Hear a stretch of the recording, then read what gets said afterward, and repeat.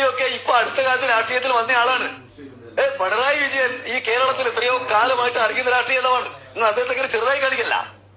ഒരാൾ ചർച്ച കൊണ്ട് പിണറായി വിജയൻ വേറെ പാർട്ടിയിലേക്ക് പോകും. അന്ന് പറഞ്ഞിട്ട് കാര്യമുണ്ടോ? എനിക്ക് പറഞ്ഞിട്ട് കാര്യമുണ്ടോ? ഞാനൊരു ബി ജെ പിക്കാരനെടുത്ത് ചായ കുടിക്കാൻ എന്റെ ചുരുങ്ങിയ കാലഘട്ടത്തിൽ പോലും പോയിട്ടില്ല. ശ്രീ പ്രകാശ് മാസ്റ്റർ, എനിക്ക് പുറത്ത് പറയാൻ പറ്റാത്ത രീതിയിൽ ഒരു രഹസ്യ കൂടിക്കാഴ്ച ബി ജെ പി ആയിട്ട് നടത്തേണ്ട സാഹചര്യം ഉണ്ടായിട്ടില്ല. അത് ശ്രീ പിണറായി വിജയൻ ഉണ്ടായിട്ടുണ്ട്. അതിന്റെ കാരണം എന്താണെന്നറിയോ?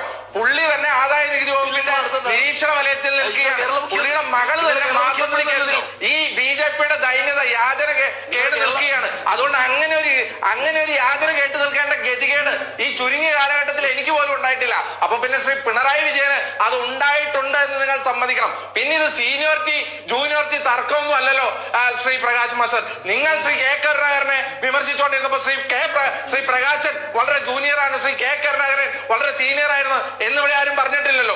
ഇവിടെ ഞാൻ എന്റെ പാർട്ടിയുടെ നിലപാട് പറയാൻ വന്നിരിക്കുന്നതാ. ആ നിലപാടിനൊത്ത് നിങ്ങൾക്ക് എന്തെങ്കിലും മറുപടി ഉണ്ടെങ്കിൽ അത് പറയാം. അല്ലാതെ ഇത് സീനിയർ ജൂനിയർ ചർച്ചയല്ല. അങ്ങനെ ഒരു ചർച്ചയാണെങ്കിൽ അത് വേറെ നടത്താം. ഞാൻ സംസാരിക്കുന്നത് ഞാൻ കൂടി നികുതി പണം കൊടുത്ത് ഡൽഹിക്ക് ഫ്ലൈറ്റ് എടുത്തു വിട്ട കേരള മുഖ്യമന്ത്രി പിണറായി വിജയൻ ധനകാര്യമന്ത്രിയായിട്ട് എന്താ സംസാരിച്ചത് എന്നാ ഞാൻ ചോദിക്കുന്നത്. അതെന്റെ മൗലിക അവകാശ. ഞാനും കൂടെ നികുതിപ്പണം കൊടുക്കുന്ന കേരളത്തിന്റെ മുഖ്യമന്ത്രി ഡൽഹിക്ക് ഫ്ലൈറ്റ് എടുത്തു പോയത് എന്റെ കൂടെ നികുതിപ്പണത്തിലാണ്. കേന്ദ്ര ധനകാര്യമന്ത്രിയെ കാണാൻ പോയ കുടിച്ച ചായ ഉണ്ടല്ലോ, ആ ചായക്ക് കൊടുത്ത കാശ് സർക്കാരാ കൊടുത്ത എന്റെ കൂടി നികുതിപ്പണ. ആ ചായ കുടിച്ച് അവിടെ എന്താ സംസാരിച്ചതെന്ന് അറിയുന്ന എനിക്ക് അവകാശമുണ്ട്.